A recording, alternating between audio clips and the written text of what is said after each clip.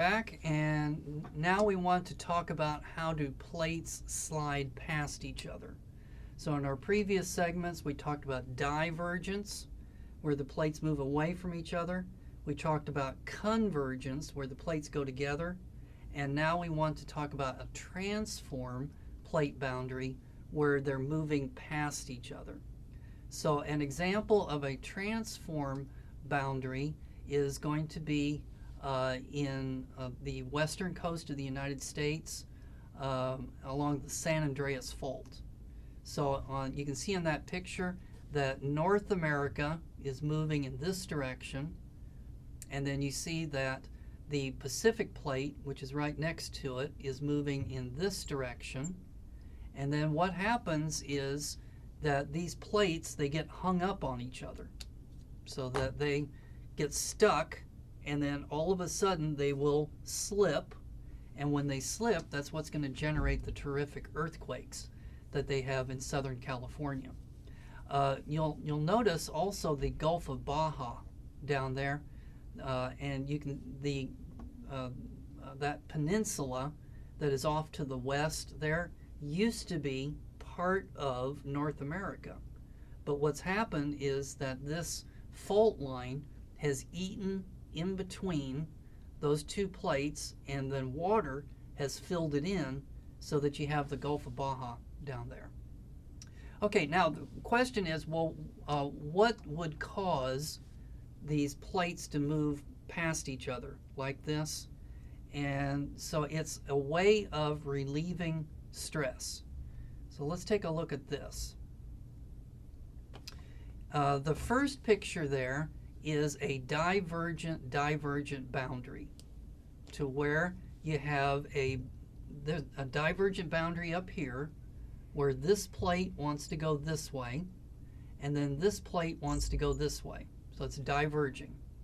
And then it's offset down here because of the curvature of the Earth. And so notice that this plate wants to go this way, but on this divergent it wants to go this way. So we're running into problems here. In between these two divergent zones, this divergent zone is telling the plate to go this way, but this divergent zone is telling the plate to go that way. And then what happens is that the ground breaks right there, and then you have a transform fault. Okay, you can also have it where at a convergent zone. So that would be where a plate is coming in like this, and another plate's coming in like this, and sometimes the two convergent zones are offset, and when that happens, the plate's going to break along a transform zone.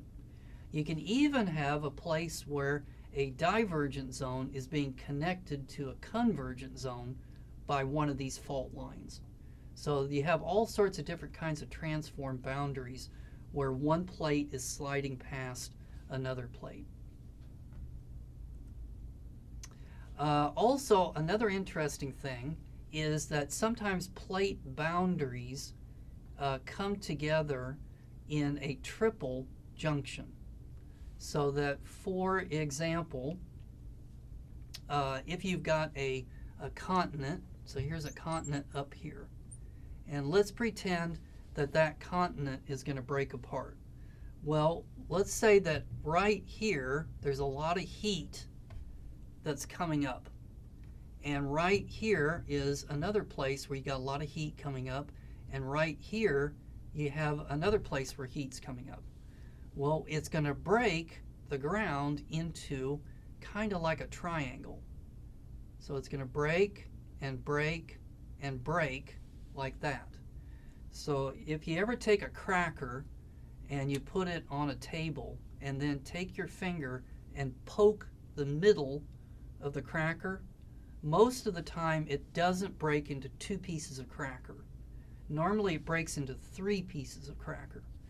So here you have the ground is going to break along this fault line, that fault line, and that fault line. And then up here, let's say it does the same thing, that it's going to break along here, and let's say here. And then up here, let's say that it breaks along there, and there, and then there. Well, can you see that these fault lines will connect like that, and then the continent will start to break apart into two pieces. It will start to separate. So you might be wondering, well, what about these things? What about the part that did not break apart? Those are going to be called failed rifts. They're also going to be called allocogens. And so in North America, you have the Mississippi River lies on top of a failed allocogen. So that when North America and Africa broke apart, you had one of these failed rift zones, and then that filled in with water, and then that became the Mississippi River. And if you know anything about Missouri geology, you know about the New Madrid Fault. So the New Madrid Fault is in the Boot Heel region of Missouri in North America, and it is a highly earthquake-prone area. And the reason for that is because it's a failed allocogen. It's an area where there's a lot of stress on it, but not so much slippage. But when it does slip, it creates a terrific earthquake. So I just want you to see that some of these boundaries sometimes can come together in groups of three, like that. Okay, let's take a break, and when we come back, we're going to talk about how can you have volcanoes in the middle of a plate, not on the plate boundary. So I'll see you in just a minute.